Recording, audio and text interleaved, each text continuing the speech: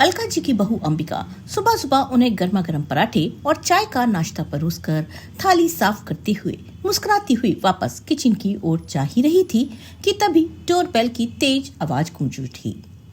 उसने जल्दी से हाथ पोंछे, दुपट्टा ठीक किया और जाकर दरवाजा खोला।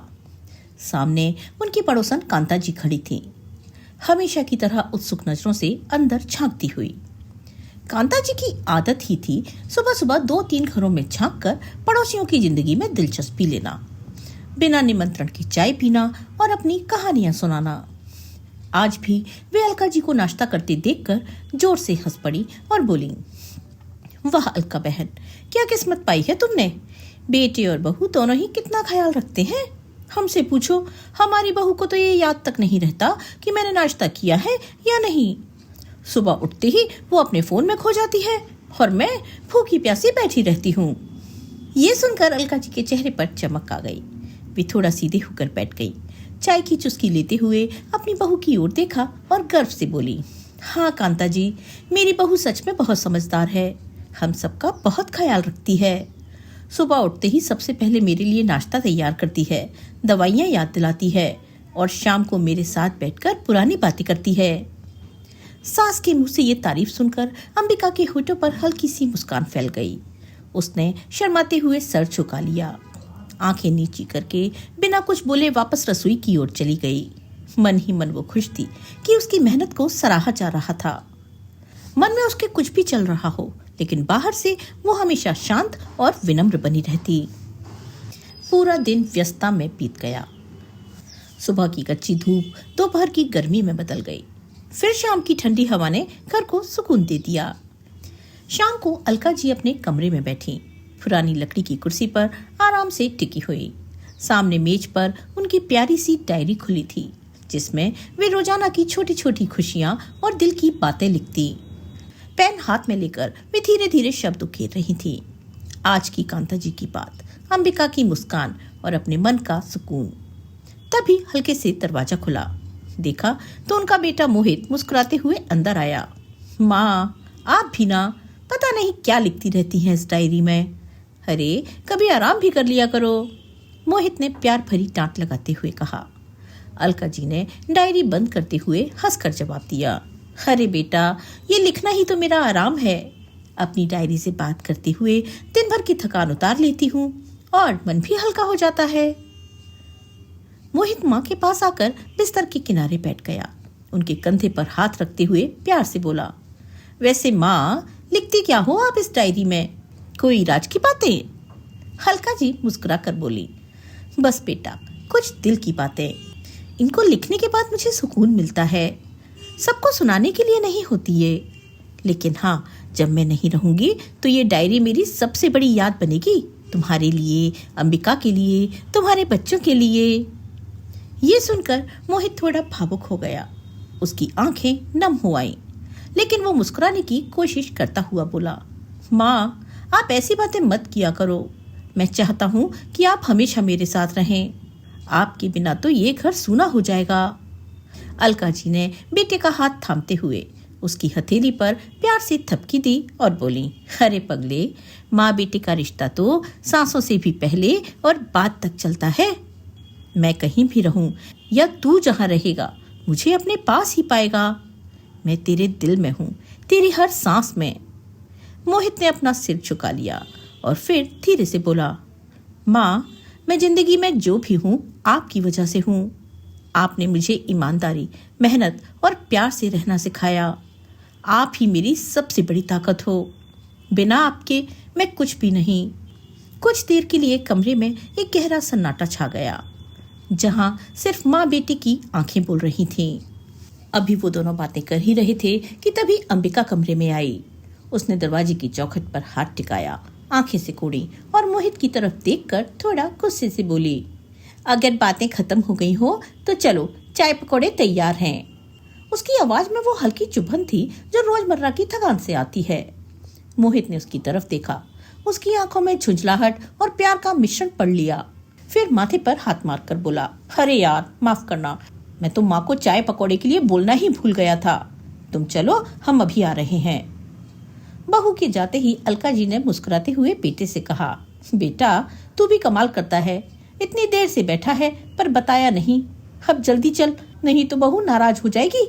उनकी हंसी में वो पुरानी यादें थीं जब मोहित छोटा था और स्कूल का होमवर्क भूल जाता था। मोहित ने हल्का सा सिर हिलाया, जैसे कह रहा हो, हाँ माँ, तुम्हारी बात 100% सही है। दोनों माँ बेटे हंसते हुए बाहर आंगन में आ गए। तभी अंबिका उनके लिए चाय और पकौड़े ले आई।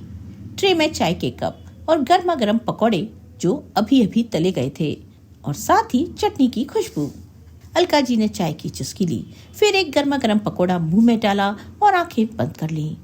बहू, सच में पकौड़े तो बहुत अच्छे बने हैं, दिल खुश हो गया। उनकी आवाज में वो संतुष्टि थी जो सिर्फ घर के खाने से आती है। मोहित भी मुस्कुराकर माँ की तरफ देखते हुए बोला, हाँ माँ, सच में आज के पकौड़े तो बहुत ही अच्छे हैं। उसने अंबिका की तरफ देखा, जैसे कह रहा हो, देखा, मैंने तेरी तारीफ की। अंबिका हल्के से मुस्कुराई और बोली, बस बस, अब ज्यादा तारीफ मत करो। इतना कहकर वो रसोई में खाना बनाने में जुट गई। रात को खाना खाने के बाद अलका जी टीवी पर न्यूज देख रही थीं। स्क्रीन पर राजनीति की खबरें चल रही थीं, आवाजें तेज, लेकिन उनका ध्यान कहीं और था, शायद पुरानी यादों में। तभी मोहित उनके पास आकर सोफे पर बैठ गया और थोड़ा नाराज होकर बोला, माँ, आप हर बार ये न्यूज ही क्यों देखती रहती हो? इतने अच्छे अच्छे सीरियल आते हैं, वो क्यों नहीं देख लेती? उसकी आवाज में वो बच्ची जैसी जिद थी जो माँ से सीरियल देखने की परमिशन मांगता है। अलका जी हल्की मुस्कान के साथ बोली, सीरियल में आखिर क्या रखा है बेटा? वही झगड़े, लड़ाइयाँ। इसलिए दुनिया की खबरें देखना ज्यादा अच्छा लगता है। वैसे भी किसी भी औरत को बाहर के हालात से बेखबर नहीं रहना चाहिए। उनकी बात में वो हिदायत थी जो जिंदगी की समझ से आती है। तभी अंबिका भी वहीं आकर बैठ गई, थकी हुई लेकिन खुश। उसने माँ जी के कंधे पर हाथ रखा और बोली, माँ जी, आप जैसी समझदार माँ हर किसी को नहीं मिलती। आपने इस घर को ही नहीं बल्कि हमें भी संभाल लिया है। उसकी आवाज में वो सच्चाई थी जो शब्दों से परे होती है। अलका जी की आंखों में चमक आ गई। उन्होंने बहू के सर पर हाथ रखते हुए कहा, बेटी, तुम्हारी जैसी संस्कारी बहू मिलना ही मेरी सबसे बड़ी खुशकिस्मती है। उनकी उंगलियां अंबिका के बालों में फंसी, जैसे कह रही हूं, तुम मेरी बेटी हो।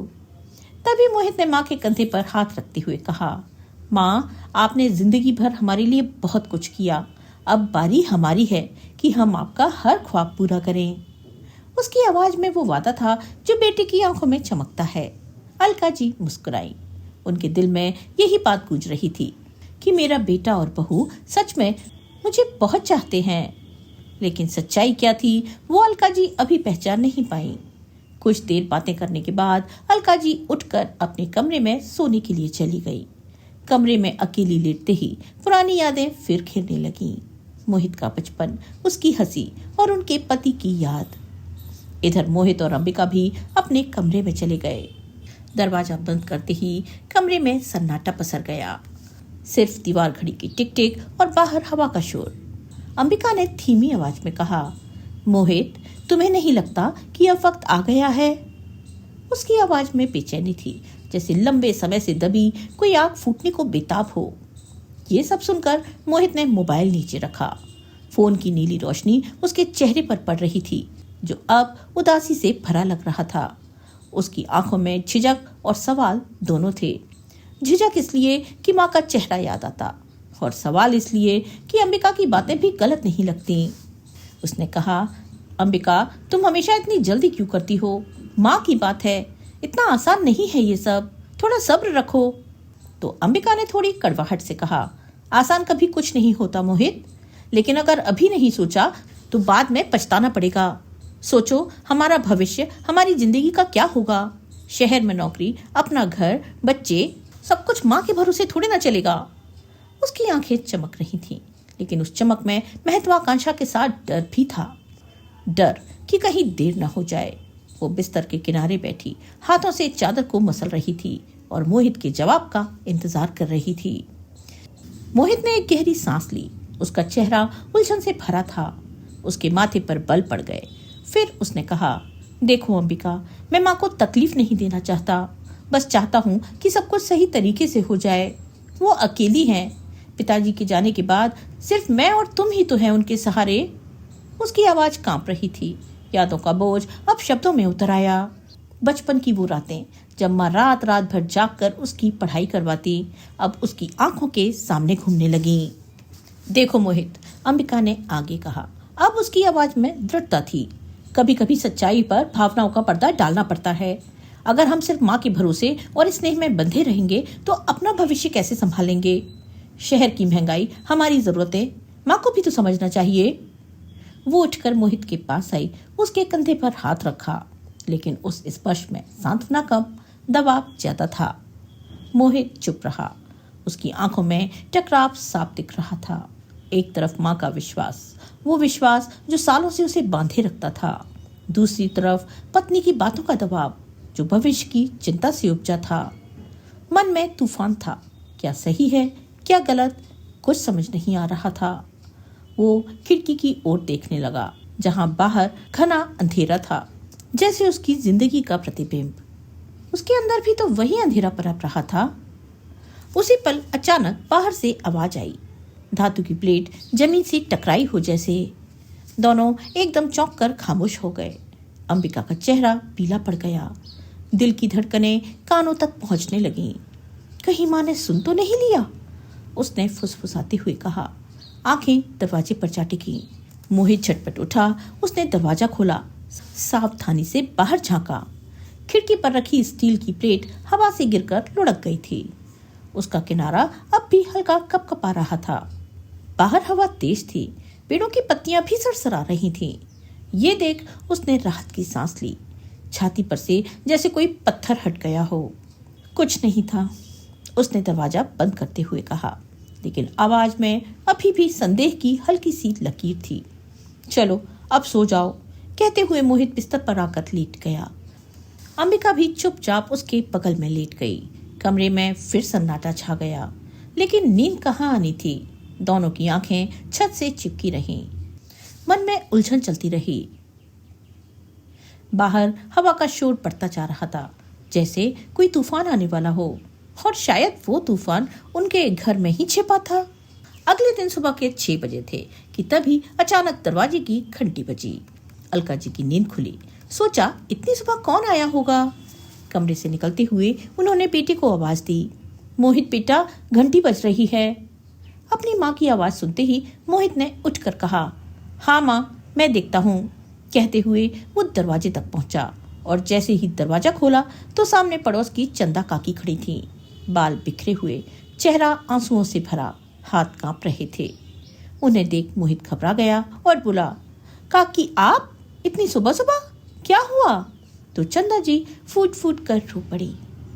बेटा, मेरे बेटे बहू ने मुझे घर से निकाल दिया, अब मैं कहाँ जाऊं? अब तक अलका जी भी दरवाजे तक आ गई। उनकी आंखों में हैरानी और दर्द था। हे भगवान, चंदा बहन, ये क्या कह रही हो? अपने ही बच्चों ने माँ को घर से निकाल दिया? चंदा जी वहीं चौखट पर बैठ गईं। हाँ बहन, जिस बेटे को मैंने पाला, जिस बहू को बेटी समझा, वही आज कह रहे हैं कि ये घर अब सिर्फ उनका है, मेरे लिए उस घर में जगह नहीं है। ये सुनते ही घर में सन्नाटा छा गया। मोहित ने तुरंत उन्हें सहारा देकर अंदर बिठाया। अलका जी का दिल कांप उठा। उनकी आंखों में चिंता और हैरानी दोनों थीं। वो धीरे से उनके पास बैठते हुए बोली, चंदा बहन, तेरे बेटे और बहू तो बहुत अच्छे थे, इतना ध्यान रखते थे, फिर अचानक ऐसा क्या हो गया? उनकी बात सुनकर चंदा जी रोते हुए बोले, हल्का, जब तक उनके पिताजी थे तब तक सब कुछ ठीक था। बेटा हर वक्त कहता, माँ तुम हमारे लिए लक्ष्मी हो, तुम्हारे बिना घर सूना है। बहू भी पैरों में तेल लगाती, समय पर खाना देती। मुझे लगता था वो मेरी बहू नहीं बेटी है, लेकिन जैसे ही मेरे पति ने मुझे अकेला छोड़ा, बेटे बहू बदल गए। बहू ने कहना शुरू कर दिया कि अब ये घर मेरा है, मुझे अपनी मर्जी से जीना है। और मेरा बेटा चुपचाप बहू की बातें सुनता रहा और उसकी हाँ में हाँ मिलाने लगा। कल रात तो दोनों ने साफ कह दिया कि अब आप कहीं और जाकर रहें, हमें अपने ढंग से जीना है। ये सुनते ही अलका जी का दिल दहल उठा, उनका गला भर आया। हे भगवान, कोई औलाद इतनी निर्दयी कैसे हो सकती है? तभी मोहित ने आगे बढ़कर चंदा जी का हाथ थामा और बोला, काकी आप अकेली नहीं हैं, जब तक हम हैं आपको किसी चीज की कमी नहीं होने देंगे। मोहित के इतना कहते ही अंबिका चुपचाप उसकी घूरने घूरने लगी। उसकी आंखों में एक सवाल था, क्या सचमुच तुम इन्हें हमारे घर में ठहराने की सोच रहे हो? उसके खामोशी में छिपे भाव को मोहित ने महसूस किया, मगर अनसुना कर दिया। उसने काकी को पानी पिलाया और बोला, सब ठीक हो जाएगा काकी, अब चिंता मत करो। तभी अलका जी ने बेटे की ओर देखा। उनके चेहरे पर हल्की सी राहत छलकी। फिर चंदा जी का हाथ थाम कर बोली, चंदा तू जब तक चाहे यही मेरे पास रह सकती है। तो चंदा जी ने सिर हिलाते हुए कहा, नहीं अलका, मैं यहाँ तुझ पर बोझ नहीं बनना चाहती। अब मैं किसी वृद्धाश्रम में चली जाऊंगी, वहीं अपने बाकी के दिन गुजारूंगी। कहते हुए उनकी आंखों से झरझर आंसू बहने लगे। कुछ देर बाद खुद को संभालते हुए चंदा जी ने अपनी थकी हुई आंखों को पोंछा और गहरी दर्द भरी सांस लेकर कहा, अलका, आज मेरा ये दर्द देखकर तुझे भी रोना आ रहा है ना? लेकिन बस इतना याद रखना, बेटा चाहे कितना भी प्यारा हो, कितना भी अपना लगे, आंख मूंद कर उस पर भरोसा कभी मत करना, क्योंकि वक्त आने पर बेटा भी बदल सकता है। वो जो कल तक तुम्हारी गोद में सर रखकर हंसता था, आज अनजान सा हो जाता है। उनकी आवाज में एक कड़वाहट थी, जैसे वर्षों का जख्म फिर से हरा हो गया हो। चंदा जी की आंखें दूर कहीं खोई हुई थीं, मानो वे अपनी अतीत की उन काली यादों में डूब रही हों, जहां उनका अपना बेटा जो कभी उनकी दुनिया था, आज उन्हें बोझ समझता है। चंदा जी की इन बातों को सुनकर अलका जी एकदम ठिठक गई। उनका शरीर सिहर सा उठा, जैसे कोई ठंडी हवा अचानक कमरे में घुस आई हो। उनकी आंखें भर आईं, आंसू किनारे पर लटक कर गिरने को बेताब थे। लेकिन फिर होठों पर एक धीमी मजबूत मुस्कान लाते हुए उन्होंने कहा, बहन, मेरा मोहित वैसा नहीं है। वो तो मेरी सांसों की तरह है, मेरे साथ चलता है, मेरे साथ रुकता है। जब तक मैं जिंदा हूँ वो मेरे साथ रहेगा, मेरी हर खुशी गम में शामिल रहेगा। और अंबिका, वो तो मेरी बेटी जैसी है, मुझे माँ कहकर गले लगाती है, मेरी हर छोटी बड़ी जरूरत का ख्याल रखती है। अलका जी की आवाज में विश्वास था। ये सुनकर चंदा जी ने एक गहरी लंबी सांस ली। वे अलका जी की तरफ देखने लगी। आंखों में गहराई थी, जैसे कुछ कहना चाह रही हूं, शायद अपनी पूरी कहानी, अपने बेटे की बेवफाई की वो कड़वी दास्तान। लेकिन शब्द गले में अटक गए। वे चुप रहीं, सिर्फ सिर हिलाया और धीरे धीरे लंगड़ाते कदमों से उठकर दरवाजे की ओर बढ़ गईं। उनका पीठ का झुकाव, कंधों की थकान, सब कुछ बयां कर रहा था कि जीवन ने उन्हें कितना तोड़ दिया है। अलका जी उन्हें बाहर तक छोड़ने गईं। दरवाजे पर खड़ी होकर हाथ हिलाती रहीं, जब तक चंदा जी की छाया सड़क के मोड़ पर गायब नहीं हो गई। उनके जाने के बाद घर में एक अजीब सा सन्नाटा छा गया। दीवार खड़ी की टिक-टिक भी अब तेज लग रही थी, जैसे समय खुद अलका जी को चेतावनी दे रहा हो। वे खिड़की के पास वाली पुरानी कुर्सी पर बैठ गईं, जहां से बाहर का हरा भरा बगीचा दिखता था। बार बार चंदा जी के शब्द उनके कानों में गूंज रहे थे, अपनी औलाद पर आंख मूंदकर भरोसा कभी मत करना, वक्त बदलते देर नहीं लगती।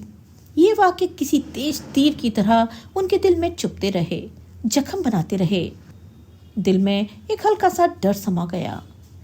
अगर कभी मेरे साथ भी ऐसा हुआ, अगर मोहित जो आज उनकी हर बात मानता है, कल उन्हें अकेला छोड़ दे, अगर अंबिका जो आज चाय की प्याली हाथ में थाम कर उनकी गोद में सर रखती है, कल दूर हो जाए तो?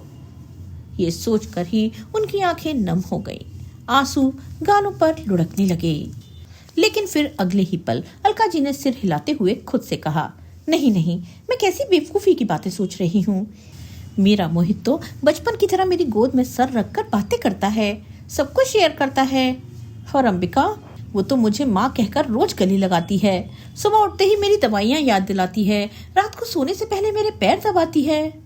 नहीं, मेरा बेटा और बहू ऐसा कभी नहीं कर सकते। वे मेरे खून के टुकड़े हैं, मेरी जिंदगी की रोशनी। उन्होंने गहरी सांस ली, छाती पर हाथ फेरा, जैसे दर्द को दबा रही हूँ। होठों पर हल्की मुस्कान थी, लेकिन आंखों में अभी भी एक सवाल था, जैसे खुद को समझा रही हूँ। लेकिन कहीं न कहीं चंदा जी की चेतावनी ने उनके मन में एक छोटा सा बीज बो दिया हो, जो शायद कभी अंकुरित हो जाए। रात हुई तो अंबिका ने आज फिर से कहा, मोहित, फिर क्या सोचा तुमने? मोहित कुछ देर चुप रहा, उसके मन में माँ का चेहरा उभर आया, वो माँ जिसने उसे पाला पोसा, अपने हर सुख दुख से बढ़कर उसका ख्याल रखा। तभी अंबिका की आवाज गूंज उठी। वो बोली, मैं जानती हूँ मोहित कि तुम्हारे लिए माँ बहुत मायने रखती हैं और मेरे लिए भी वो सम्माननीय है, लेकिन मोहित, अगर हम हमेशा इन्हीं जिम्मेदारियों में बंधे रहेंगे तो अपने सपनों को कब पूरा करेंगे। कमरे का माहौल सन्नाटे में छा गया। मोहित ने आंखें मूंद ली। उसकी सांसें भारी हो चली। माँ का अटूट स्नेह और पत्नी की बढ़ती जिद, दोनों के बीच उसका मन टकमकाने लगा। तभी अंबिका ने उसका हाथ थामते हुए कहा, तुम बस मेरा साथ दो मोहित, बाकी सब मैं संभाल लूंगी। मोहित ने उसकी तरफ देखा मगर जवाब नहीं दिया। बस गहरी सांस लेते हुए तकिए पर सर रखकर सो गया। अगले दिन सुबह का समय था। हल्की ठंडी हवा पौधों की पत्तियों को सहला रही थी। हल्का जी हमेशा की तरह अपने छोटे से बगीचे में व्यस्त थी। उनके हाथों में पानी का लोटा था और वे एक एक पौधे को प्यार से पानी दे रही थी। उनके चेहरे पर सुकून था, जैसे ये पौधे उनके अपने बच्चे हों। फूलों की महक हवा में घुली हुई थी और अलका जी कभी कभी रुककर किसी पौधे की पत्तियों को सहलाती, मानो उनसे बातें कर रही हों। तभी पीछे से धीरे धीरे कदमों की आहट हुई। मोहित चुपचाप आकर उनके पीठ के पीछे खड़ा हो गया। उसका चेहरा थोड़ा तनावपूर्ण था, आंखें नीचे झुकी हुई। उसने गहरी सांस ली और धीमे से लगभग फुसफुसाते हुए बोला, माँ, मुझे आपसे कुछ बात करनी थी। अलका जी ने लोटा नीचे रखा, अपने हाथों को साड़ी के पल्लू से पोंछा और मुड़कर बेटे की ओर देखा। उनकी आंखों में ममता भरी थी, लेकिन मोहित की आवाज में कुछ अनिश्चितता सुनकर वे थोड़ा चौंकी। हाँ बेटा, कहो ना, क्या बात है? उन्होंने प्यार से पूछा। मोहित एक पल के लिए चुप हो गया। उसके होंठ कांप रहे थे, जैसे सही शब्द तलाश रहा हो। उसकी नजरें जमीन पर टिकी हुई थीं और वो बार बार अपनी उंगलियां आपस में उलझा रहा था। आखिरकार उसने धीमी संकोची आवाज में कहा, माँ, मेरा दोस्त विकास, उसकी पत्नी गर्भवती है। उसे किसी भी वक्त बच्चा हो सकता है। उसकी माँ भी नहीं है, इसलिए उसको बहुत दिक्कत हो रही है। मैं सोच रहा था अगर आप कुछ दिन वहां रहकर उनका सहारा बन जाए तो। ये सुनकर अलका जी ठिठक गईं। उनका हाथ बीच में ही रुक गया और वे हैरानी से बेटे की तरफ देखने लगी। उनकी भौहें सिकुड़ गईं और चेहरे पर चिंता की लकीरें उभर आईं। लेकिन बेटा, वे कुछ कहना चाह रही थी। शायद घर की जिम्मेदारियां, अपनी उम्र या अचानक की इस योजना पर सवाल। विकास का घर दूसरे शहर में था और अलका जी का वहां जाना मतलब कई दिनों तक अपने घर से दूर रहना। उनके मन में तरह तरह के विचार घूमने लगे। अंबिका अकेले कैसे संभालेगी घर? लेकिन मोहित कुछ और कहता उससे पहले ही पीछे से उनकी बहू अंबिका की हल्की हंसी की आवाज आई। अंबिका मुस्कुराते हुए हाथ में चाय का कप लिए आंगन में प्रवेश कर रही थी। उसके चेहरे पर एक अजीब सी चमक थी, जैसे वो सब कुछ पहले से जानती हो। माँ जी, अगर आप वहां चली जाएंगी तो उन्हें बहुत सहारा मिलेगा, अंबिका ने मीठी आवाज में कहा। और फिर दूसरों की मदद करना तो आपका हमेशा स्वभाव रहा है ना। विकास भैया की पत्नी को इस वक्त माँ जैसी सलाह देने वाली किसी की जरूरत है। आप जैसी अनुभवी महिला वहां होगी तो सब आसान हो जाएगा। अलका जी ने बहू की तरफ देखा। अंबिका की आंखों में सहानुभूति थी, लेकिन उसके पीछे कुछ और भी छिपा लग रहा था। अलका जी का दिल पिघला। वे जानती थी कि अंबिका सही कह रही है। जीवन भर उन्होंने दूसरों की मदद की थी, पड़ोसियों की, रिश्तेदारों की। अब एक दोस्त को उनकी जरूरत थी। एक हल्की मुस्कान उनके होठों पर फैल गई। हाँ बहू, अगर मेरे जाने से किसी का भला होगा तो क्यों नहीं, उन्होंने कहा। मोहित ने यह सुनकर राहत की गहरी सांस ली। उसके कंधे ढीले पड़ गए, जैसे कोई बोझ उतर गया हो। माँ का सहमत होना उसके लिए आसान नहीं था। वो जानता था कि अलका जी घर से दूर जाना पसंद नहीं करती, लेकिन अंबिका की वो बातें, मदद का स्वभाव, सहारा बनना, जैसे सब कुछ संवार गई। तभी अलका जी ने अपने बेटे और बहू की तरफ देखा। उनकी आंखों में अपनापन और विश्वास साफ छलक रहा था। मोहित की चिंता, अंबिका की समझदारी। कुछ देर बाद घर के अंदर कमरे में अलका जी अलमारी खोलकर अपने कपड़े निकालने लगी। वे सोच रही थीं कौन सी साड़ी ले जाएं, कौन सी छोड़ दें। तभी अंबिका पास में खड़ी हो गई। मदद का दिखावा करते हुए। उसके हाथ अलमारी की ओर बढ़े, लेकिन आंखें कुछ और कह रही थीं। माँ जी, ज्यादा सामान मत लीजिएगा, अंबिका ने सलाह दी। बस जरूरत का सामान ही ले जाइए। वहाँ विकास भैया के घर आपको किसी चीज की कमी नहीं होगी। सब कुछ है वहाँ, अच्छा खाना, आरामदायक कमरा, और विकास भैया खुद आपका ख्याल रखेंगे। अलका जी मुस्कुराई, अपनी पुरानी नीली साड़ी को मोड़ते हुए। हाँ बहू, मैं तो सोच रही हूँ बस 2-3 साड़ी और जरूरी दवाइयाँ ले जाऊं। ब्लड प्रेशर की गोली, थोड़ी मरहम, बाकी सब तो वहाँ मिल ही जाएगा। उनकी आवाज में सरलता तो थी, लेकिन मन में हल्की उलझन भी थी। क्या वे सही कर रही है? अंबिका ने सहमति में सिर हिलाया और सामान बैग में रखने लगी। मोहित बाहर खड़ा सब देख रहा था। उसके चेहरे पर मुस्कान थी, लेकिन आंखों में कुछ अनकहा भी था। अलका जी का जाना सिर्फ मदद नहीं था, ये परिवार की एक नई कहानी की शुरुआत लग रही थी, जहां हर कोई अपने अपने राज छिपाए था। तभी मोहित कमरे में आया और बोला, माँ, मैंने विकास से बात कर ली है। वो बहुत खुश है कि आप वहाँ जा रही हैं। कह रहा था कि आपकी मौजूदगी से उसकी पत्नी को बड़ी ताकत मिलेगी। तो अलका जी ने बेटे को आशीर्वाद देते हुए कहा, ईश्वर तुझे हमेशा सुखी रखे बेटा। अच्छा किया जो किसी की मदद करने का सोच पाया। तभी दोपहर होते ही पड़ोसन आकर पूछने लगी, अरे अलका बहन, आज सुबह से दिखी नहीं, कहाँ की तैयारी हो रही है? अलका जी कुछ कहती उससे पहले ही अंबिका बोल पड़ी, अरे कुछ खास नहीं, मोहित के दोस्त की पत्नी को बच्चा होने वाला है।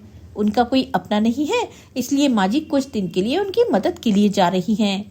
आज रात की ट्रेन है, कल सुबह मुंबई पहुंच जाएंगी। इतना सुनकर पड़ोसन कांता जी ने उत्सुकता से पूछा, अच्छा बहन, फिर वापस कब आओगी? तभी अंबिका फिर से जल्दी से बोल पड़ी, अरे बस ज्यादा से ज्यादा 1 महीना लगेगा। जब तक बच्चा नहीं हो जाता तब तक माँ जी वहीं रहेंगी, फिर आराम से लौट आएंगे। अलका जी ने चुपचाप सिर हिला दिया। उनके मन में हल्की सी शंका उठी, पूरा 1 महीना? मैंने तो सोचा था बस कुछ ही दिन की बात होगी। लेकिन फिर उन्होंने अपने दिल को समझा लिया।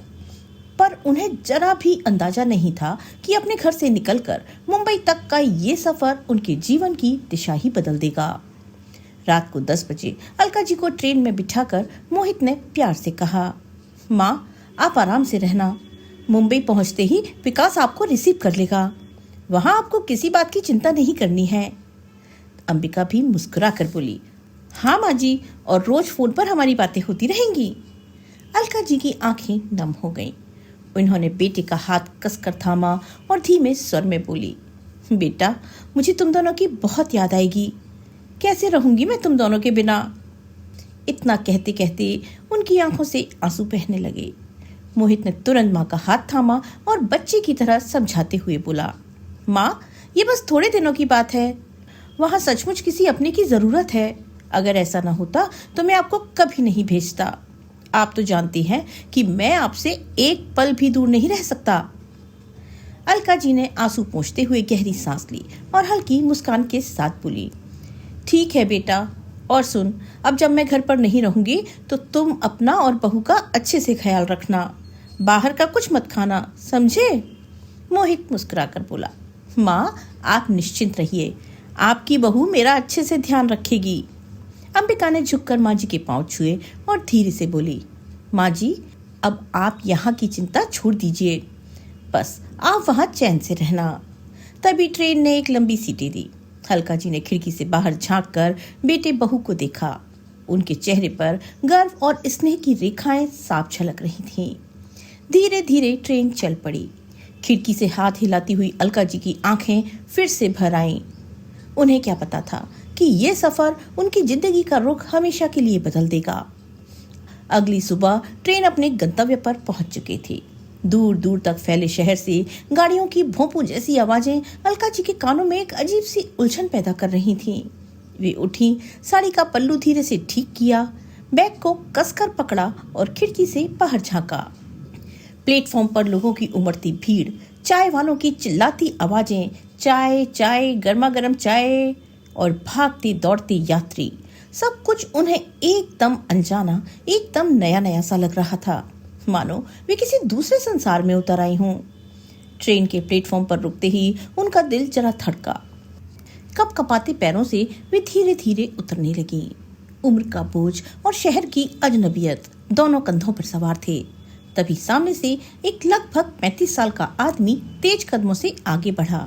हाथ जोड़कर नमस्ते कहा। नमस्ते माँ जी। आप ही अलका जी है ना? मैं विकास हूँ, मोहित का दोस्त। उसकी आवाज में इतनी गर्माहट थी कि अलका जी के चेहरे पर राहत की लकीरें उभर आईं। उन्होंने तुरंत हाँ में सिर हिलाया, आवाज में कृतज्ञता की झंकार। हाँ बेटा, मैं ही हूँ। अच्छा हुआ तू मिल गया, वरना इस बड़े शहर में तो मैं घबरा जाती। अकेली क्या करती?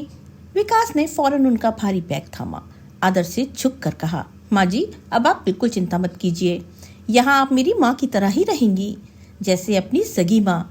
चलिए, गाड़ी बाहर खड़ी है। गाड़ी में बैठते ही अलका जी के मन में एक गहरा सुकून उतर आया। दिल में ममता की लहर दौड़ गई। कितना संस्कारी लड़का है ये, मुझे माँ कह रहा है, जैसे अपना बेटा हो। आंखें बंद की तो गांव की याद आई, मोहित की शादी, बेटे की विदाई और अब ये नया रिश्ता।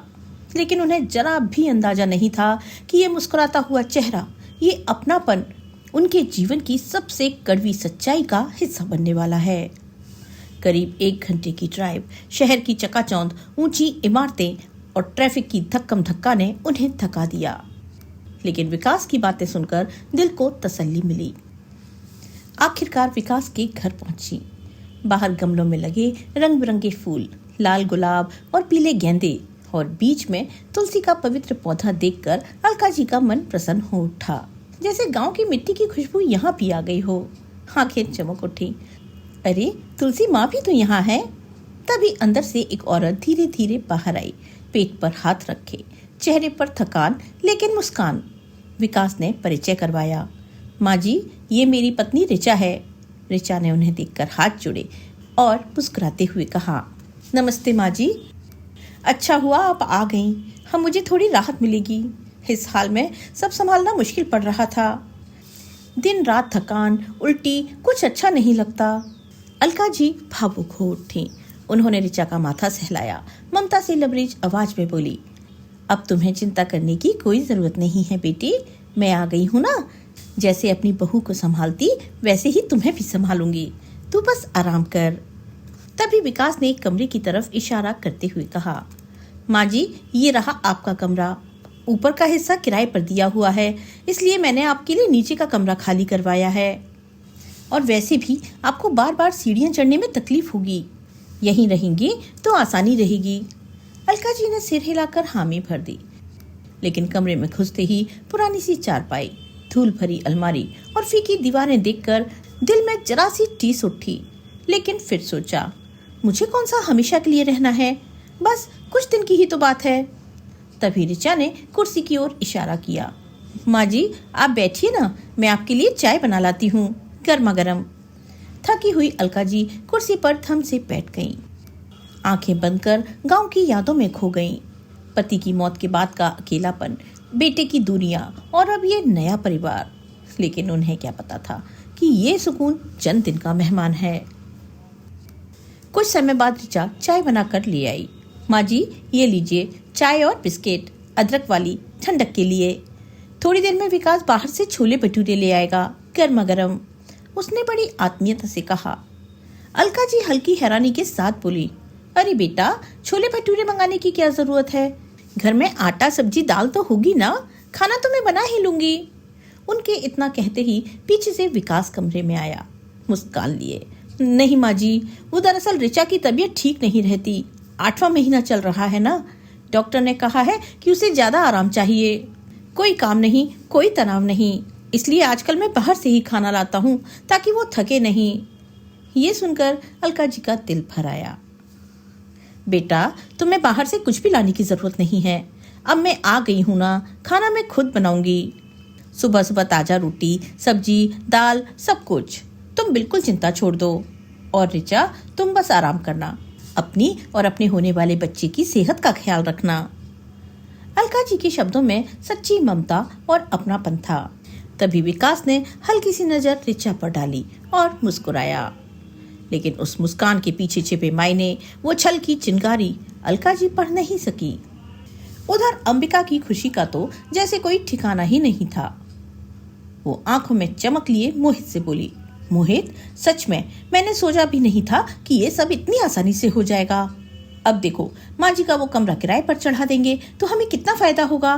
जरा सोचो, हर महीने कितना अच्छा किराया मिलेगा और अब हमें किसी की टोका टोकी भी नहीं सहनी पड़ेगी। उसकी बातें सुनते ही मोहित गहरी सोच में डूब गया। मन के भीतर एक आवाज उठी, क्या मैंने सच में ठीक किया? उसके चेहरे पर उठते सवाल अंबिका से छिपे नहीं और वो बोली, अब इतना मत सोचो। देखो, हमें भी तो अपनी जिंदगी संवारनी है, अपने सपने पूरे करने हैं और वैसे भी माँ जी वहाँ आराम से हैं। पत्नी की बातें सुनकर मोहित भी उसकी बातों में आ गया और बोला, तुम एक काम करना, कुछ पैसे बैंक से निकाल कर ले आना। बहुत दिनों से खुलकर जिंदगी नहीं जी है। इतना कहकर मोहित खिलखिलाकर हंसने लगा। अब वे दोनों अपनी जिंदगी के मजे लेने लगे और वहीं दूसरी ओर उनकी माँ अलका जी विकास के घर नौकरानी की तरह काम में लगी हुई थीं। अगले दिन सुबह ठीक 9 बजे रसोई में चूल्हे की लौ पर तवा गर्म था और अलका जी आटे में घी मलते हुए प्यार से भरकर गर्मा गर्म आलू के पराठे सेक रही थीं। रिचा अभी भी बिस्तर पर आलस और सुकून भरी गहरी नींद में डूबी हुई थी। तभी विकास कमरे में दाखिल हुआ, चेहरे पर विजयी मुस्कान लिए और धीरे से बोला, देखा रिचा, मैंने कहा था ना कि अगर माँ जी आ जाएंगी तो तुम्हें कुछ भी करने की जरूरत नहीं पड़ेगी। रिचा ने करवट लेते हुए आंखें मिचकाते हुए धीमे मीठे स्वर में जवाब दिया, सच में विकास, तुम बिल्कुल ठीक कह रहे थे। अब तो लगता है जैसे घर में जान आ गई हो। मेरी तबीयत की वजह से जो खालीपन था वो भर गया। विकास ने हंसते हुए कहा, चलो रिचा, नाश्ता करते हैं, फिर मुझे ऑफिस निकलना है। ये कहते हुए वो उसका हाथ पकड़कर बाहर ले आया। अलका जी ने टेबल पर चाय की भाप उड़ाती प्यालियां और ताजा पराठे सजाते हुए ममता भरी आवाज में पुकारा, आओ बेटा, गर्मा गर्म खा लो, ठंडा ना हो जाए। पराठे का पहला निवाला मुंह में जाते ही रिचा की आंखें चमक उठी। वो मुस्कुराते हुए बोली, माँ जी, आपने तो कमाल कर दिया। इतने दिनों बाद घर में असली स्वाद आया है, वरना मेरी बीमारी ने मुझे रसोई से दूर कर रखा था। कुछ बना भी नहीं पाती थी मैं। विकास ने सिर हिलाते हुए गहरे सुकून भरी सांस लेते हुए कहा, सच कहूँ माँ जी, आप आ गई तो हमें सुकून मिल गया। अब लगता है घर में कोई अपना है जो हर चीज संभाल लेगा, हर दर्द बांट लेगा। अलका जी के चेहरे पर संतोष की चमक फैल गई। दिल में एक गर्माहट सी दौड़ गई। उन्हें लगा, कितना प्यार करते हैं ये दोनों मुझसे, बिल्कुल मेरे अपने बेटी बहू की तरह, जैसे मैंने इनका सालों का इंतजार खत्म कर दिया हो। लेकिन वो अभी इन सब की गहराई से अनजान थी। कुछ दिन इसी तरह बीत गए। घर में हंसी खुशी का माहौल, अलका जी की हर डिश में उनका छिपा प्यार, सब कुछ उनके अपने घर जैसा। फिर एक दोपहर रसोई में सब्जी काटते हुए अलका जी को फोन की आवाज सुनाई दी। उधर से मोहित का फोन था। उसने उठाया तो दूसरी तरफ मोहित की ही आवाज थी, हाँ मोहित, सब ठीक है, तुम्हारी माँ अभी रसोई में खाना बना रही है, चाहो तो बात करा दूं? रिचा ने विकास की ओर देखा, आंखों में एक सवाल, जैसे चुपके से कह रही हो, क्या जरूरत है बात कराने की, क्यों खोले पुराने जख्म? विकास इनकार करने ही वाला था कि रसोई से आटे से सने हाथ पहुंचती, दिल की धड़कनें तेज करती अलका जी दौड़ी चली आई। उनकी आंखें उम्मीद से चमक रही थी, हाथ कांप रहे थे। उन्होंने झपट कर फोन ले लिया और कांपती हुई आवाज में बोली, मोहित बेटा, कैसा है तू? बहू कैसी है? मुझे कितनी याद आती है तेरी। कहते हुए वो रोने लगी। माँ की आवाज सुनते ही मोहित की आंखें नम हो गईं, गला रुंध गया। वो धीरे से बोला, सब ठीक है माँ, आप कैसी हैं? उसकी आवाज सुन अलका जी ने आंसुओं को आंखों में ही कैद कर लिया। चेहरे पर जबरदस्ती मुस्कान लाते हुए कहा, तेरी माँ को क्या होगा बेटा, मैं बिल्कुल अच्छी हूँ। अभी आलू के पराठे बना रही थी, तेरे पसंदीदा, याद है ना? तू आजा कभी, खा लेना। वो और कहना चाहती थी, दिल के सारे दर्द उडेलना चाहती थी, लेकिन अचानक कॉल कट गई। हेलो हेलो, अलका जी बार बार पुकारती रही, आवाज में दर्द की गुहार। आंखें भर आई, दिल टूट सा गया। तभी विकास ने झटक कर फोन खींच लिया और ठंडे लहजे में बोला, माँ जी, फोन कट गया और अगली बार फोन लेने से पहले हाथ धो लीजिएगा, पूरा फोन गंदा कर दिया आपने। कहते हुए वो कमरे से बाहर चला गया। अलका जी अकेली खड़ी रह गईं, हाथों में आटे की महक, दिल में बेटे की याद का दर्द और आंखों में छिपे आंसू जो अब बहने को बेकरार थे। तभी ऋचा ने जल्दी से बात संभालते हुए कहा, माँ जी बुरा मत मानिएगा, विकास तो अपना फोन किसी को छूने भी नहीं देता, उसकी पुरानी आदत है। उसकी तरफ से मैं हाथ जोड़कर माफी मांगती हूँ। अलका जी ने होठों पर जबरन मुस्कान लाते हुए कहा, नहीं बेटा, इसमें बुरा मानने की क्या बात है, मैं समझती हूँ। मगर भीतर ही भीतर उनकी छाती में एक ठंडी सुई सी चुभ गई।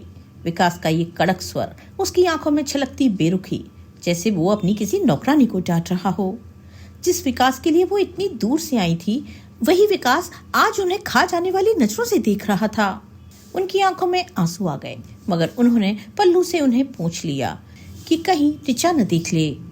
धीरे धीरे दिन कांटों की तरह चुभने लगे।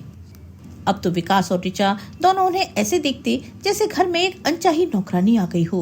सुबह 5 बजे उठकर चाय बनाओ, कपड़े धो, झाड़ू पोछा करो, बाजार से सामान लाओ, और बदले में मिले ठंडा सा जवाब या ठीक है। बात करना तो दूर, वे लोग टीवी की आवाज भी कम नहीं करते जब अलका जी कुछ कहना चाहती। मोहित से फोन पर बात, वो तो सपना बन गया था। हर बार विकास कोई नया बहाना, अरे माँ नेटवर्क नहीं है, मैं व्यस्त हूँ, फोन चार्जिंग में है। घर के दरवाजे उनके लिए हमेशा बंद, बाहर कदम रखने की इजाजत तक नहीं। विकास का घर अब उनके लिए सोने का पिंजरा बन चुका था, छमछमाता, ठंडा और बेहद क्रूर। एक सुबह अलका जी ने हिम्मत जुटाई, सारे काम निपटाकर, खाना बनाकर, फ्रिज में सब रखकर वे ऋचा के पास गई। हाथ जोड़कर बोली, बेटा आज मैं अपने घर चली जाऊं, बस एक रात मोहित को देख लूं, उसकी आवाज सुन लूं, 2 घड़ी अपने पुराने बिस्तर पर लेटकर रो लूं, 2-3 दिन में ही वापस आ जाऊंगी। ऋचा सोफे पर पैर पसारी टीवी देख रही थी। अचानक उसका चेहरा सख्त हो गया। क्यों, यहाँ क्या कमी है आपको? अलका जी की आवाज कांप गई। कमी नहीं बेटा, बस दिल रो रहा है, कई हफ्ते हो गए, मुझे लगता है मैं मर चुकी हूँ, सिर्फ सांसें चल रही हैं। ऋचा घबराकर चिल्लाई, विकास जल्दी आओ। विकास दौड़ा हुआ आया। ऋचा ने सारा वाकया बताया। विकास ने पहले तो हंसने की कोशिश की, फिर सख्त स्वर में कहा, माँ आप कहीं नहीं जा रही। अलका जी की दुनिया हिल गई, पैरों तले जमी खिसक गई। क्या मतलब? विकास ने फिर मधुर स्वर में जहर खोलते हुए कहा, अरे माँ जी, ऋचा की डिलीवरी किसी भी रात हो सकती है। अगर आप चली गई और हमें अकेले अस्पताल जाना पड़ा तो? आप ही तो हमारी ढाल हो, प्लीज मत जाइए। अलका जी कुछ बोलना चाही, मगर गला रुंध गया। वे चुपचाप मुड़ी, कांपते कदमों से अपने छोटे से कमरे में गई, दरवाजा बंद किया और बिस्तर पर गिर पड़ी। तकिए में मुंह गड़ाकर फूट फूट कर रोने लगी। बाहर ऋचा और विकास की हंसी गूंज रही थी और अलका जी का दिल टुकड़े टुकड़े होकर चीख रहा था। उनके अंदर जाते ही विकास और ऋचा ने राहत की सांस लेते हुए कहा, आज तो बच गए, वरना बहुत नुकसान हो जाता। उस दिन अलका जी पूरे दिन उदासी भरे चेहरे के साथ काम करती रहीं, पर अब उनका मन बिल्कुल भी नहीं लग रहा था। वो अपनी बेटी और बहू से मिलने के लिए तड़प रही थी। रात के 10 बजे अलका जी बिस्तर से उठी और विकास और ऋचा के कमरे की ओर बढ़ने लगी। अब उन्होंने ठान लिया था कि इस बार तो साफ साफ कह ही दूंगी कि मैं कल घर जा रही हूँ। ये सोचते हुए अलका जी हल्के कदमों से विकास और ऋचा के कमरे की ओर बढ़ रही थीं कि अचानक उनके कानों में तेज बहस की आवाजें गूंजी। विकास और ऋचा दोनों ऊंची आवाज में किसी गहरी बात पर उलझे हुए थे। अलका जी ठिठक गई, दिल की धड़कनें तेज हो गईं और वे चुपके से दीवार से सटकर सुनने लगी, क्योंकि साफ लग रहा था कि बातें उनके बारे में ही थीं। ऋचा की आवाज ने उनके पैरों तले जमीन खिसका दी। क्या और पैसे मांग रहा है मोहित? उसे तो माजी के लिए पूरे 1 लाख रुपए दिए हैं। विकास का गुस्सा फूट पड़ा। पता नहीं, लेकिन अब हम कुछ नहीं कर सकते, पुलिस के पास भी नहीं जा सकते, क्योंकि हमने खुद गैर कानूनी तरीके से अलका जी का सौदा किया है। पता नहीं मेरी अकल पर क्या पत्थर पड़ गया था, जो ऐसे इंसान की बातों में आ गया। अरे जो अपनी माँ तक को बेच सकता है, कितना गिरा हुआ होगा वो। ये शब्द अलका जी के दिल में तीर की तरह चुभ गए। आंखों से आंसुओं की बाढ़ बह निकली। दिल कांप उठा और कांपते पैरों से वे पीछे मुड़ी, तेजी से अपने कमरे की ओर भागी। कानों में बार बार वही जहर भरे शब्द गूंज रहे थे। उनका अपना बेटा उन्हें बेच चुका था, वो बेटा जिसके लिए उन्होंने जीवन भर त्याग किए, प्यार लुटाया, और उसका वो प्यार, वो अपनापन, अब सब कुछ धोखा निकला। मन में तूफान उठा। आखिर मेरी परवरिश में क्या कमी रह गई जो मोहित ऐसा निकला? कौन सी गलती की मैंने जो ये सजा भुगत रही हूँ? क्या मैं कभी अपने घर लौट पाऊंगी या यही अजनबीपन मेरी किस्मत है? ये सवाल उन्हें भीतर से तोड़ रहे थे। आंसू तकिए में समाते रहे और थकान में कब आंख लग गई पता ही न चला। अगली सुबह 7 बजे दरवाजे पर जोर की दस्तक हुई। विकास चिल्ला रहा था, माँ जी उठिए ना। अलका जी उठी, दरवाजा खोला तो ऋचा दर्द से करा रही थी। उसकी प्रसव पीड़ा शुरू हो गई थी। अलका जी ने दिल पर पत्थर रखकर कहा, चिंता मत करो बहू, सब ठीक हो जाएगा, चलो हॉस्पिटल चलते हैं। लेकिन विकास हड़बड़ाया, माँ जी आप घर संभालिए, मैं ऋचा को अस्पताल ले जाता हूँ। और इससे पहले कि अलका जी कुछ कहती वो ऋचा को लेकर निकल गया। घर अब पूरी तरह खाली और सुनसान था। रात के सूखे आंसू चेहरे पर नमकीन निशान छोड़ गए थे, मगर आज अलका जी अजीब शांत थीं। रात भर की रोने की तड़प के बाद मानो आंसुओं ने सारा प्यार, लगाव और विश्वास बहा दिया हो। अब सिर्फ एक खालीपन बचा था, ठंडा और स्थिर। दोपहर में सारे काम निपटाकर वे सोफे पर बैठी गहरी सोच में डूबी कि लैंडलाइन बजा। विकास की आवाज आई, हेलो माँ जी, हम आज अस्पताल में ही रहेंगे, आप घर का ध्यान रखिएगा। अलका जी ने कहा, ठीक है बेटा, अपना और बहू का ख्याल रखना, और फोन रख दिया। मगर उनके होठों पर एक अनकही कड़वी मुस्कान तैर गई, जैसे अब सब समझ आ चुका हो। वे तुरंत उठी, अपना सूटकेस निकाला और उसमें अपने कपड़े और बाकी सामान रखने लगी। फिर एक चिट्ठी लिखी, शायद अलविदा लिखा या शायद माफी मांगी, और मेज पर रखकर बिना पीछे मुड़े घर से बाहर निकल गईं। उस सुनसान दुनिया में जहां अब कोई अपना न था, सिर्फ एक नई शुरुआत की तलाश थी। लेकिन गई कहां, ये रहस्य सिर्फ अलका जी ही जानती थीं। अगले दिन रात को मोहित और अंबिका हॉल में अकेले थे। हंसी ठिठोली, हल्की शराब की चुस्कियां और एक दूसरे की बाहों में खोया हुआ सुकून। तभी दरवाजे की घंटी ने जैसे बिजली का झटका दिया। दोनों ने एक दूसरे की आंखों में झांका। इस वक्त कौन होगा? अंबिका ने हिचकिचाते कदमों से उठकर कहा, मैं देखती हूँ कौन आया है। और दरवाजा खोलते ही उसकी सांसें जैसी रुक सी गईं। सामने खड़ी थी उनकी मासी सास सुषमा जी, चेहरे पर थकान भरी मुस्कान लिए, हाथ में भारी बैग लटकाए। अंबिका की जवान हकलाने लगी, मासी जी आप इस वक्त? इससे पहले कि वो कुछ और कह पाती, सुषमा जी ने दरवाजे को एक जोरदार ठोकर मारी और अंदर घुसते हुए बड़बड़ाई, देख रही हो हाथ में बैग है, फिर भी आंखें फाड़े खड़ी है। अरे इतना भी नहीं कि थोड़ी मदद कर दे अपनी मासी की। वो हॉल में नजर दौड़ाते हुए रुक गई और व्यंग्य भरी हंसी उछालते हुए बोली, अरे वाह भाई, यहाँ तो पार्टी चल रही है, वो भी अकेले अकेले। उसी पल मोहित भी वहां पहुंच गया। चेहरा पीला पड़ चुका था और घबराहट में बोला, मासी जी आप इस समय? सुषमा जी जोरदार हंसी उछालते हुए बोली, अरे भाई तुम दोनों मुझे देखकर ऐसे हैरान परेशान हो रहे हो जैसे कोई भूत उतर आया हो। डरो मत, मैं कोई डायन थोड़े ही हूँ। इससे पहले कि दोनों संभल पाते, सुषमा जी ने जोर जोर से अपनी बहन को पुकारना शुरू कर दिया, अलका, अरे ओ अलका, कहाँ है तू? देख आज तेरी बड़ी बहन आई है। मोहित का दिल जैसे छाती से बाहर आने को हो रहा था। वो तुरंत बोला, अरे मासी, माँ घर पर नहीं है, वो 2 दिन से अपनी सहेलियों के साथ तीर्थ यात्रा पर गई हैं। ये सुनते ही सुषमा जी का चेहरा चिंता से सिकुड़ गया, आंखें नम हो आई। अरे ऐसे अचानक यात्रा पर चली गई, मुझे बताया तक नहीं। खैर कोई बात नहीं, अब आ ही गई हूँ तो रुक जाती हूँ कुछ दिन।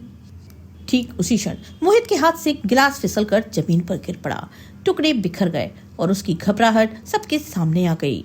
सुषमा जी पीछे मुड़कर बोली, क्यों रे मोहित, तेरा चेहरा इतना हवाई क्यों हो गया? मैं खा थोड़े ही जाऊंगी तुम दोनों को। फिर अंबिका की ओर देखकर आंखों में चिंगारी लिए बोली, अब चल बहू, जल्दी से बढ़िया सी चाय बना कर ले आ। अंबिका ने जबरन चेहरे पर झूठी मुस्कान चिपकाते हुए कहा, हाँ अभी लाती हूँ मासी जी, और किचन की ओर लपकी। किचन में घुसते ही उसने चाय का पतीला जोर से पटक दिया। गुस्से और निराशा की लहरें आंखों में छलक आईं। पता नहीं ये क्यों आ गई, अब न जाने कब जाएंगी यहाँ से। इतनी मुश्किल से तो माँ जी से छुटकारा मिला था और अब उनकी बहन आकर हमारी छाती पर मूंग दलने बैठ गई। दिल में एक तूफान सा उठ रहा था, आंसू गुस्से में बदलते जा रहे थे। तभी मोहित पीछे पीछे किचन में आया। उसकी आंखें भी डरी सहमी थी। वो धीरे से फुसफुसाया, तुम अभी ज्यादा रिएक्ट मत करो, संभल कर, वरना सब गड़बड़ हो जाएगा। हम ज्यादा कुछ कहेंगे तो उन्हें माँ के बारे में शक हो जाएगा। दोनों आपस में फुसफुसा रहे थे कि तभी अंदर से सुषमा जी की ऊंची थोड़ी चिड़चिड़ी आवाज गूंजी, अरे बहू, अभी तक चाय नहीं लाई। उनकी आवाज सुनते ही अंबिका के हाथ पैर फूल गए। वो हड़बड़ाते हुए रसोई की ओर लपकी, गैस चलाकर चाय पत्ती डाली, दूध उबाला और जल्दी जल्दी चाय छानकर ट्रे में 3 कप सजाए। उसकी सांसें तेज चल रही थीं, मानो कोई भारी बोझ उठाकर लाई हो। बाहर हॉल में पहुंचते ही उसने सुषमा जी की ओर देखा। तभी सुषमा जी ने चाय का कप उठाया, एक घूंट भरा और मुंह पिचकाते हुए बोली, मोहित, जरा टीवी तो चलाना बेटा। मोहित ने सोफे से उठते हुए रिमोट उठाया और विनम्र स्वर में पूछा, क्या देखना है मासी जी, बताइए, मैं अभी लगा देता हूँ। सुषमा जी ने चाय का कप टेबल पर रखा, मोहित के हाथ से रिमोट छीन लिया और खुद ही चैनल सर्च करने लगी और सीधे एक प्रमुख न्यूज चैनल पर रुक गई। ये देख अंबिका ने हैरानी से कहा, अरे मासी जी, आप कब से न्यूज देखने लगी? पहले तो आप सीरियल्स ही पसंद करती थी ना? सुषमा जी ने होठों पर हल्की रहस्यमयी मुस्कान टपकाई और बोली, अरे बहू, मैं तो हमेशा से न्यूज देखती हूँ, तू भी देख ले। इस चैनल पर बहुत सटीक और चौंकाने वाली खबरें आती हैं। आजकल की दुनिया में आंखें खुली रखनी पड़ती हैं। कहते हुए उन्होंने रिमोट का वॉल्यूम बटन दबाया और आवाज अचानक इतनी तेज हो गई कि पूरे कमरे में गूंजने लगी। अंबिका और मोहित का ध्यान अनायास ही टीवी स्क्रीन पर चला गया। स्क्रीन पर ब्रेकिंग न्यूज चमक रहा था। रिपोर्टर माइक थामे गंभीर स्वर में बोल रहा था, ये एक ऐसी माँ की दिल दहला देने वाली कहानी है जिसे उसके सगे बेटे बहू ने चंद पैसों के लालच में किसी और के घर नौकरानी बनाकर बेच दिया। पुलिस ने अब इस मामले में कार्रवाई शुरू कर दी है। ये सुनते ही मोहित और अंबिका की आंखें फटी की फटी रह गई।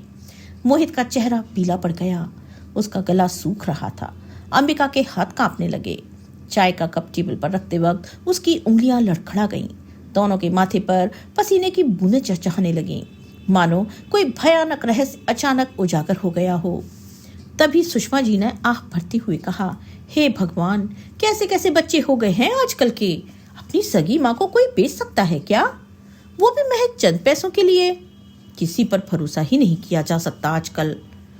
उनकी आवाज में गुस्सा था, लेकिन आंखों में एक चमक थी, जैसे वे जानबूझकर इस खबर को हथौड़ा बना रही हों। अंबिका ने हकलाते घबराए स्वर में बीच में टोकना चाहा, अरे मासी जी, छोड़िए ना ये सब, ये क्या देख रही हैं आप? ऐसी खबरें तो रोज ही आती रहती हैं, फालतू की सनसनी। लेकिन सुषमा जी ने उसकी बात काटते हुए मुस्कान को और गहरा करते हुए कहा, नहीं नहीं बहू, ये मामला कुछ अलग है, जरा रुक, मुझे पूरा देखने दे। रिपोर्टर अभी और डिटेल्स बताने वाला है। और उन्होंने वॉल्यूम एक बार फिर बढ़ा दिया, जैसे कोई जाल बुन रहा हो। मोहित और अंबिका ने एक दूसरे को घबराई नजरों से देखा, फिर धीरे धीरे सोफे से उठकर कमरे की ओर जाने लगे, जैसे कोई अनहोनी टालना चाहते हों। तभी सुषमा जी ने जोर से पुकारा, अरे अरे, रुको तो जरा, आगे देखो ना, अब ये लोग उनके बेटे बहू से मिलवाने वाले हैं। ये सुनते ही दोनों के कदम अचानक छिटक गए। अब उनकी नजरें टीवी स्क्रीन पर जड़ गई, जैसे कोई चुंबक खींच रहा हो। स्क्रीन पर न्यूज चैनल की तेज आवाज गूंज रही थी, मैं साहिल, कैमरामैन मोहित के साथ उस जगह जा रहा हूँ जहाँ वो बेटा बहू रहते हैं, जिन्होंने अपनी माँ को बेचकर ऐशो आराम की जिंदगी शुरू कर दी है। सुषमा जी की आंखें चौड़ी हो गईं। उन्होंने हकलाते हुए कहा, अरे मोहित, ये तो हमारा ही मोहल्ला लग रहा है, आखिर किसके घर पहुंचे होंगे ये? उसी पल मोहित और अंबिका की सांसें जैसे रुक सी गईं। हॉल में एसी की ठंडी हवा चल रही थी, मगर उनके माथे पर पसीने की बूंदें लुढ़कने लगीं। तभी घर के मुख्य दरवाजे पर जोरदार दस्तक हुई, थड़ थड़। सुषमा जी ने भौहें चढ़ाते हुए कहा, अरे मोहित, जाकर देख तो, कौन है इतनी रात गए? मोहित भारी कदमों से लड़खड़ाते हुए दरवाजे की ओर बढ़ा। सुषमा जी ने अंबिका को डांटा, बहू, तू क्यों बैठी है, जा देख कौन आया। अंबिका का चेहरा सफेद पड़ गया। वो डरते डरते उठी और दरवाजे तक पहुंची। जैसे ही दरवाजा खुला, सामने का नजारा देखकर दोनों के पैरों तले जमीन खिसक गई। न्यूज टीम के साथ पूरा मोहल्ला इकट्ठा था। फोन की फ्लैश लाइट्स चमक रही थीं और लोगों की फुसफुसाहट हवा में तैर रही थी। एंकर साहिल ने माइक उनकी ओर बढ़ाते हुए तेज स्वर में पूछा, तो आप ही हैं वो बेटा बहू जिन्होंने अपनी माँ का सौदा कर डाला। क्या शर्म नहीं आई आपको? बताइए क्या कहना चाहेंगे आप? अंबिका हड़बड़ाते हुए चिल्लाई, क्या बकवास कर रहे हैं आप? आपको गलत फहमी हुई है, निकलिए यहाँ से, हमारी बेइज्जती कर रहे हैं आप। मैं पुलिस बुलाऊंगी, झूठी खबरें मत फैलाइए। मोहित ने कांपते स्वर में कहा, चुपचाप निकल जाइए हमारे घर से। तभी पीछे से सुषमा जी बाहर निकली। उनका चेहरा लाल हो रहा था। बिना एक शब्द बोले उन्होंने मोहित के गाल पर जोरदार तमाचा जड़ दिया, चटाक। अंबिका की आंखें फटी की फटी रह गईं। वो चीखी, मासी आप ये क्या? सुषमा जी ने क्रोध से उसकी ओर घूरा और एक तमाचा उसके गाल पर भी दे मारा। फिर दहाड़ते हुए बोली, एकदम चुप। एक शब्द और बोला तो मुझसे बुरा कोई नहीं होगा। सच सबके सामने है और तुम अब भी झूठ बोल रहे हो। पूरे मोहल्ले के लोग दरवाजे पर खड़े सारा दृश्य देख रहे थे। साहिल बार बार सवाल दाग रहा था, क्या यह सच नहीं कि आपने अपनी माँ को बेच दिया? कुछ रुपए जिंदगी से बड़े हो गए? मोहित और अंबिका के होठों से अब कोई आवाज नहीं निकल रही थी। दोनों पसीने से तर दरवाजा बंद करने की कोशिश करने लगे। तभी भीड़ में से एक हाथ आगे बढ़ा और दरवाजे को कसकर पकड़ लिया। मोहित ने पूरी ताकत लगाई मगर दरवाजा धीरे धीरे खुलता चला गया और मोहित खुद जमीन पर जा गिरा। वो हाथ किसी और का नहीं, उनकी माँ अलका जी का था। अलका जी ने आगे बढ़कर मोहित के गाल पर एक और जोरदार तमाचा जड़ दिया। अंबिका पीछे हटने लगी मगर सुषमा जी ने धक्का देकर बोला, जा आज अपनी करतूत का फल देख। अंबिका की नजरें जमीन में गड़ गईं। मोहित हकलाया, माँ मुझे माफ कर दो। ये सब अंबिका के कहने पर। अलका जी ने गुस्से में काटा, खबरदार जो तूने मुझे माँ कहा।